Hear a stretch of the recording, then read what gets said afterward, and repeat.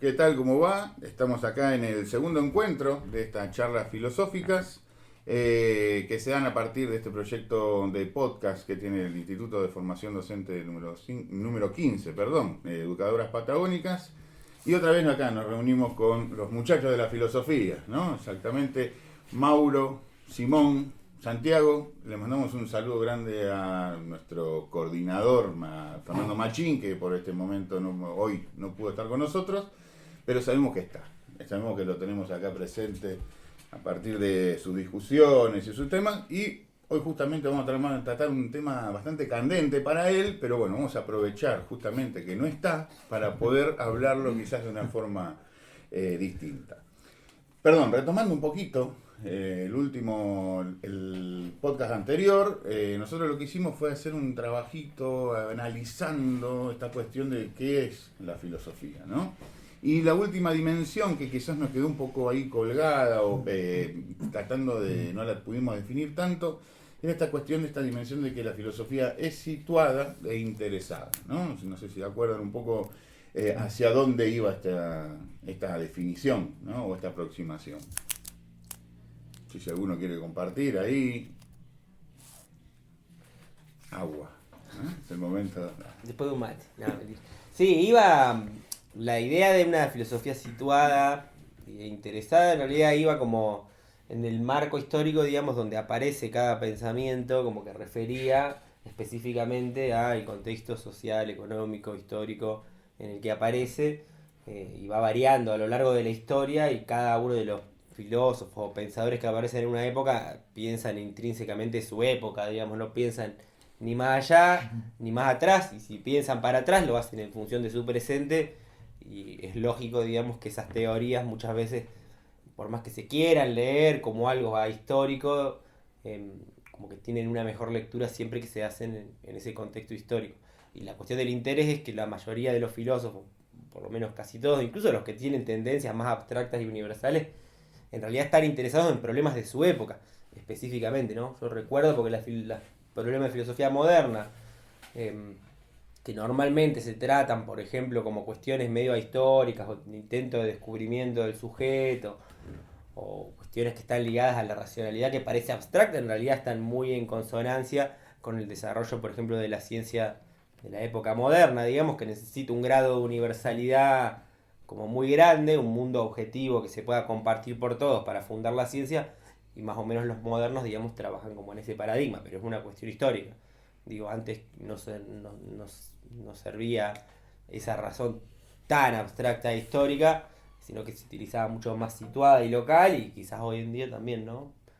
Con esta cuestión más intercultural, digamos, de que el mundo ya comparte varias cosmovisiones, no se utiliza tampoco un concepto de racionalidad tan abstracto, por lo menos para algunos temas, ¿no? Específicamente como el nuestro. Sí, a mí se me vienen a la mente dos frases que muchas veces discutimos. Bueno, una es una que menciona mucho Fer, justo que hoy no está, que es la cabeza piensa lo que los pies pisan, digamos. Entonces como que no habría una independencia del pensamiento respecto de la situación histórica. Y la otra es una frase que, si no recuerdo, era de Boecio, que es que la verdad es hija de su tiempo también. Entonces, bueno, tiene que ver con esto que mencionaba Simón, de que los problemas se definen en un marco histórico, social, político, económico determinado, digamos, y las conclusiones a las que se arriba en ese tiempo no son ajenas a esa situación. Sí, está bueno lo que dicen acá los compañeros, suscribo en gran medida. Es interesante la paradoja de pensar que precisamente se puede incluso explicar por su propio tiempo y por su propio contexto y de manera situada. Por ejemplo, lo decía en el podcast anterior Simón, me parece, que toda la teoría, o buena parte de la teoría de Platón era una especie de pensamiento acerca del sistema de castas egipcio, algo así era. Sí, exactamente. El sistema económico egipcio. El sistema económico egipcio era una fuente de inspiración muy grande para el pensamiento de Platón, que se pretende universal, es decir, válido para todo tiempo y todo lugar. lo interesante es que si bien nosotros podemos situar esos pensamientos con pretensiones de universalidad, por otra parte no hay dudas de que están postulados o que se autoproclaman como algo que va más allá de su tiempo, como algo que pretende otro tipo de estatuto en cuanto a su verdad. Y a nosotros por ahí nos pasa algo al revés, como que no podemos separar, como decía Mauro, las verdades, las preguntas o lo que sea de nuestra época, de nuestro contexto, de nuestro mundo. Es muy difícil generar esa separación porque todo interrogante al fin y al cabo resulta pertinente, importante o valioso en la medida en que se relaciona con un conjunto de prácticas, ¿no? Que está como en una ecología de las prácticas. Pero por otro lado, me parece que la filosofía tiene esa particularidad de siempre tener como una fisura hacia el absoluto, por decirlo de alguna manera, de que no necesariamente se cierra o no necesariamente se circunscribe estrictamente y totalmente a la época en la que son planteadas o en la que tienen lugar nuestros diálogos, ¿no? Es decir, tienen por lo menos una aspiración y un intento y una búsqueda que a veces trasciende lo meramente contextual, ¿sí? Es decir, me parece que no se pueden separar, pero en algún punto la filosofía se sustrae al lugar en el que está situada. La verdad, la realidad, ¿no? Todos conceptos que son bastante interesantes como para darle esta mirada, esta postura filosófica, y ya nos entramos en esto, ¿no? Que es la ética. Ética, moral, conceptos que a veces se los unen, a veces se los separan, según la mirada, ¿no? Según la perspectiva. Me imagino que también, como decían ustedes, según la historia, se lo ha separado, se lo ha vuelto a juntar. Y para un chico secundario, para esa persona que está ahora escuchando este podcast y que está haciendo, no sé, alguna tarea hogareña, o está en el auto trabajando, o llevando a los chicos a la escuela, ¿qué es la ética y qué es la moral? ¿Son juntas, no? ¿Se separan? ¿Podemos pensarlo de manera conjunta? Porque cuando yo me puse quizás un poco a investigar sobre estas cuestiones y hablar sobre estas concepciones, así para tratar de bajarlo al llano, es como que la ética lo que trata de ver es analizar la conducta humana, ¿no es cierto? Entonces, ¿y qué es eso? La pregunta quizás para ustedes, ¿qué es eso? ¿Qué es eso? ¿De qué va la ética? Respecto de la distinción entre ética y moral, creo que hay, bueno, como nos tiene acostumbrados un poco la filosofía, distintas posturas. Creo que bien se puede entenderlas como dos formas de nombrar lo mismo. O sea, si vamos por ahí a lo etimológico, mos, moris, ethos, hablan, digamos, o refieren a un modo de ser.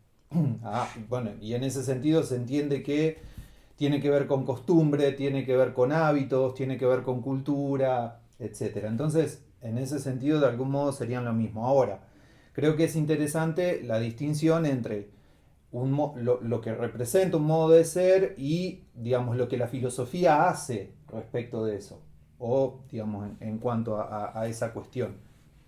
Y creo que una distinción que está buena pensarla es esto de, bueno, si moral refiere a modo de ser, costumbres y demás, ética vendría a ser la reflexión filosófica sobre la moral, ¿no? Entonces, como una primera distinción que puede ayudar, otros dirán perjudica porque no aclara nada. Bueno, es filosofía, digamos, está bueno en este sentido atenerse a los argumentos también. Si no se enrosca no es filosofía, sería básicamente. De alguna manera sí, pero tratamos, o creo que el punto es que no sea un mero elenco de opiniones, sino bueno, un espacio en el que también vayan surgiendo argumentos, en el que se puedan apoyar ideas con fundamentos, ¿no? Y dar lugar siempre a la discusión. Creo que, digamos, si nos plantamos en una vereda donde, bueno, no, esto es así y chau, estamos obturando lo que pretendemos hacer. Nos estamos pegando un tiro en los pies, de alguna manera, ¿sí? Yo por ahí, dentro de la reflexión de la ética, vale la pena hacer la aclaración, creo yo, que hay que hacerla en algún punto, que hay distintas éticas, digamos, ¿no?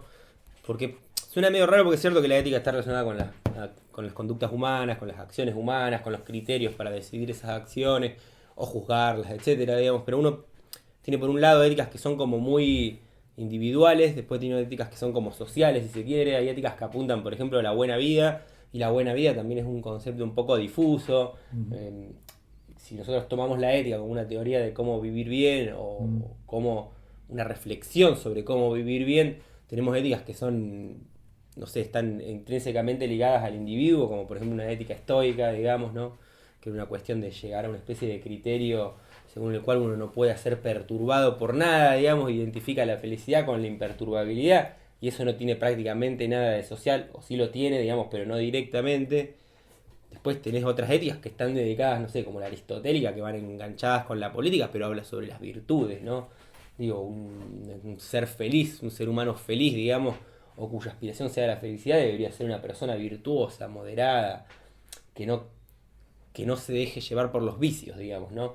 Entonces, como ahí tiene otro criterio de ética, pero después tenemos éticas utilitaristas que se definen en función del mayor producto o bien para la sociedad, y otras éticas que son El deber, por ejemplo. del deber, como la kantiana, que está relacionado intrínsecamente con una definición del ser humano, y a partir de ahí te dice, bueno, a ver, si un ser humano es esto, entonces debe actuar de esta manera según su razón.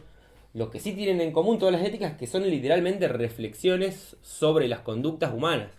A pesar de que uno ponga el acento en uno o en otro criterio, en el fondo todas intrínsecamente dan algún tipo de mirada, digamos, sobre las acciones humanas, cuál preferirlas, cómo preferirlas, y también, por ejemplo, juzgarlas, digamos, ¿no? Qué se puede juzgar, qué no, y de qué manera las juzgamos, son reflexiones de la ética.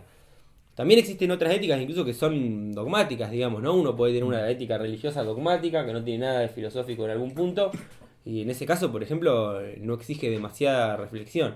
Y quizás ahí sí está más comparado con los que se suele llamar tradicionalmente moral, como un conjunto de costumbres o normas que se siguen sin demasiada reflexión sobre eso. Y por ejemplo eso de la ética, no sé, de los abogados, ¿no? La ética del derecho, la ética de la medicina. Una ética ligada al ejercicio de una profesión. Sí, ¿se podría llamar también ética entonces en ese punto? ¿O también quizás serían un conjunto de normas que delimitan el accionar de estas disciplinas, ¿no? Por ejemplo, ser abogado o ser médico.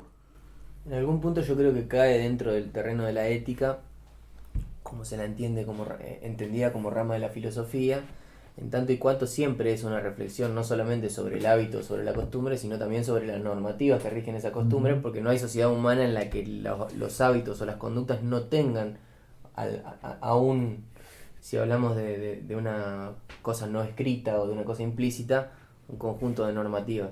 Entonces, en general, por lo menos en las profesiones liberales que dictan las universidades, pienso que vos diste el ejemplo recién de los abogados. Sí, abogados, médicos. Abogados, médicos, todas están abiertas a cierta reflexión, ¿no?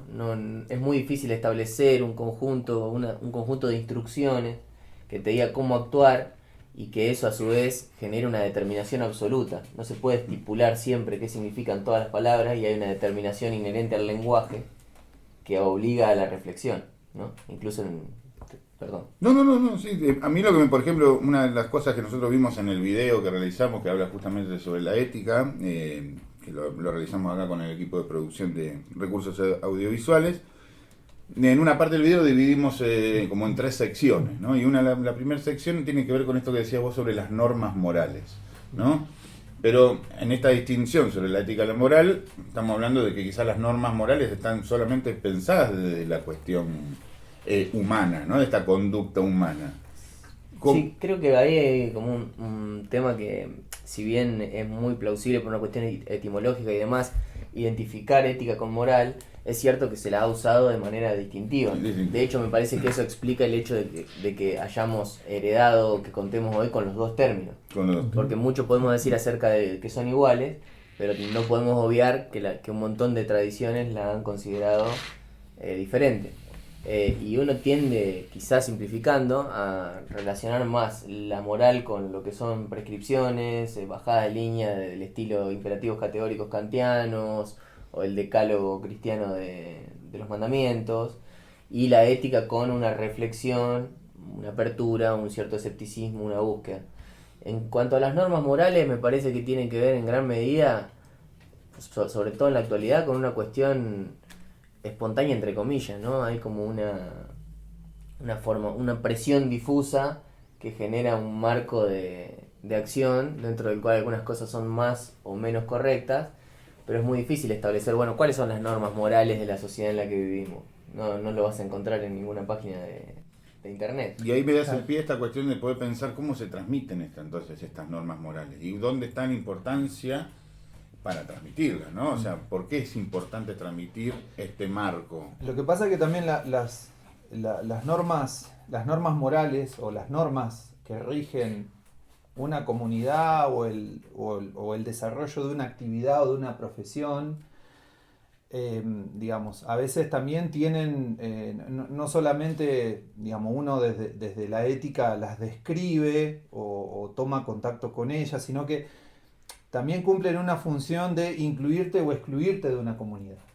Entonces, de repente, la importancia de conocerlas creo que viene de ahí. Lo cual no significa que uno automáticamente con el ejercicio de conocerlas adhiera o suscriba a eso.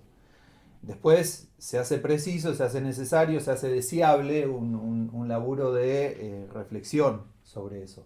Porque, bueno, creo que Simón antes definió o utilizó una expresión para definir ética que es un modo de vida. Y creo que una de las grandes preguntas que se hace la filosofía, entendida en clave ética, es cómo queremos vivir. Entonces, de repente que un alumno o una alumna de primero o segundo año se pregunte cuáles son las normas escritas y no escritas que rigen la vida en la escuela, que rigen la vida en la comunidad de la que forma parte, digamos, y se anime a discutirla, se anime a ver con qué está de acuerdo, con qué no, o cómo puede construir algunos de los principios que ahí figuran, pero que no están claros cómo llevarlos adelante, me parece que es recontra importante. Y bueno, y tiene que ver, y lo conecto con esto también, ¿no?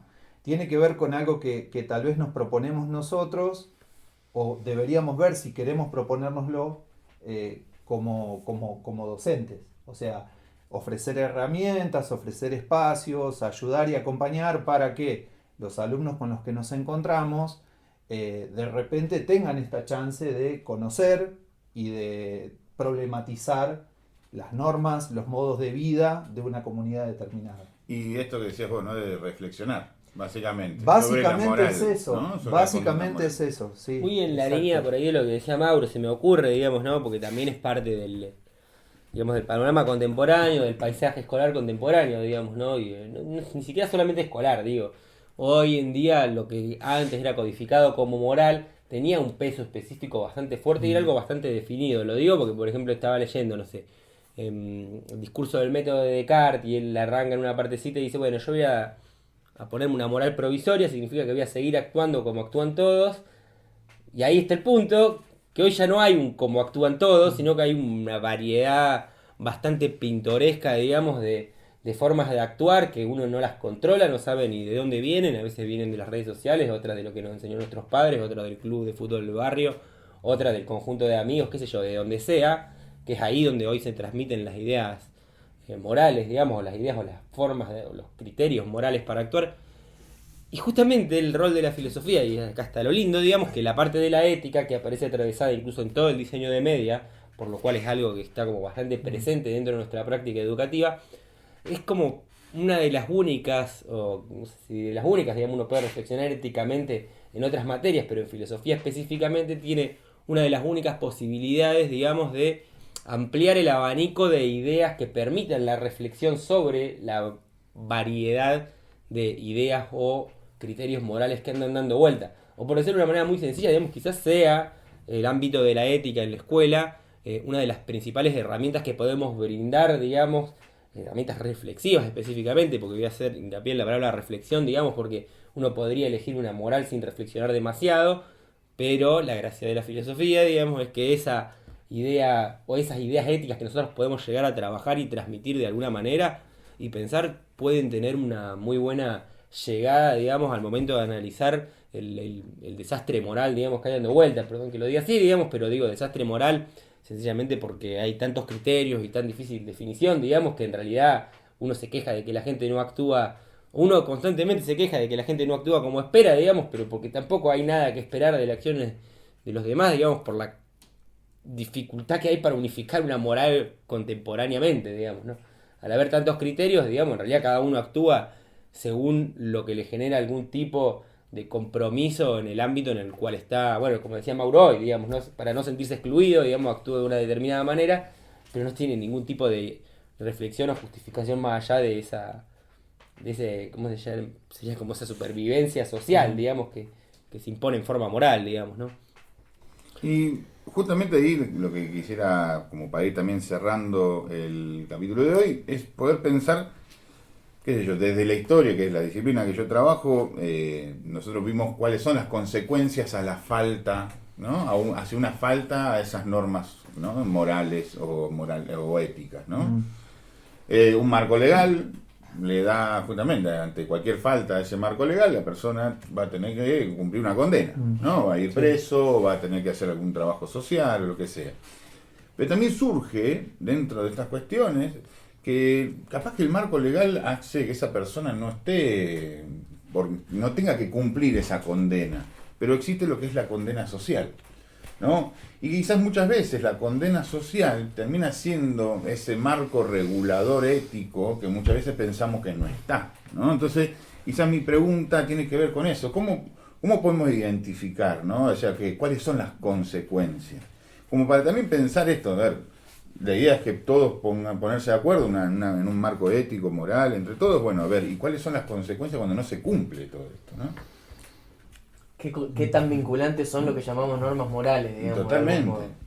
Y yo creo que ese es el uno de los grandes campos de acción del pensamiento filosófico. ¿Qué pasa ahí donde se termina lo estipulado de manera escrita, aquello que tiene todo un sistema de castigos o premios, que si bien sigue siendo indeterminado, ¿no? Y es muy importante la pregunta por la relación entre el derecho y la ética, entre el derecho y la política, también es muy importante ahí quién conoce, desconoce o reconoce los distintos parámetros sociales, los parámetros morales, esa cosa no escrita.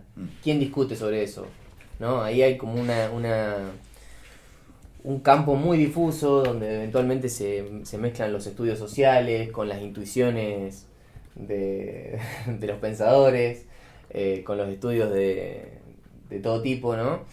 Y cómo determinar, cómo diagnosticar cuál es la moral de nuestra época, qué es lo que nos deja fuera y qué es lo que nos permite entrar. ¿Por qué si aquel transgredió determinada supuesta norma fue condenado y aquel otro no?